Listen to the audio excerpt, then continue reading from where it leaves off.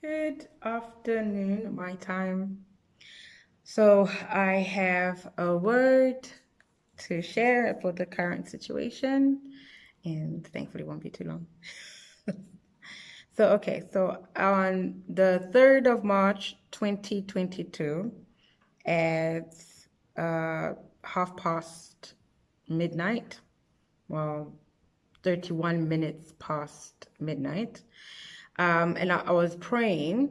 I then saw Jesus standing between the Ukraine and Russia with his right hand up, and he was pushing the darkness back.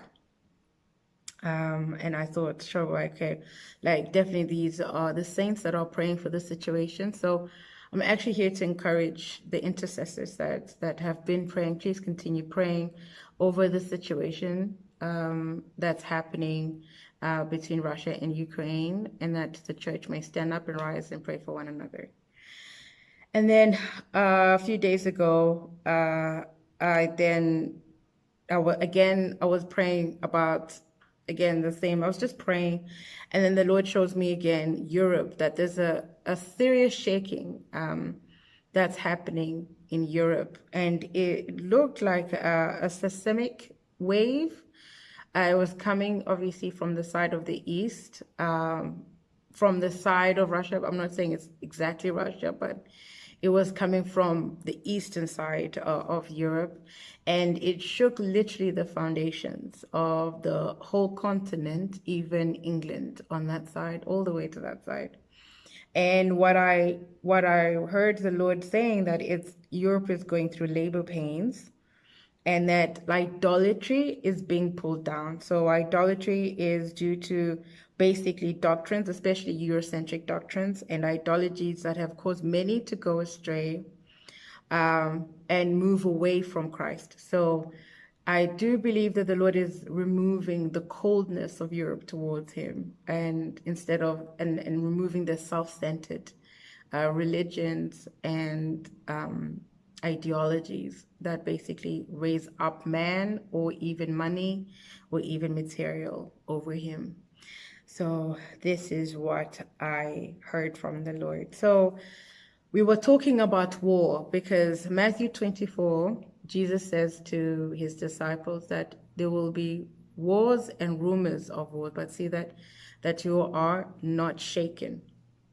So I believe that we are, like, it's been happening, but for the church in this time, everybody thinks, oh, it wouldn't happen to this one, it wouldn't happen to that one. But what the Lord is basically saying is that the reason why He says, do not be shaken, is because war is not an outside situation. It is formed by two reactive situations. He showed me a chemical thing, like a chemical equation, two things coming that form a violent reaction. So as this is what causes war. And to be honest, wars don't change people.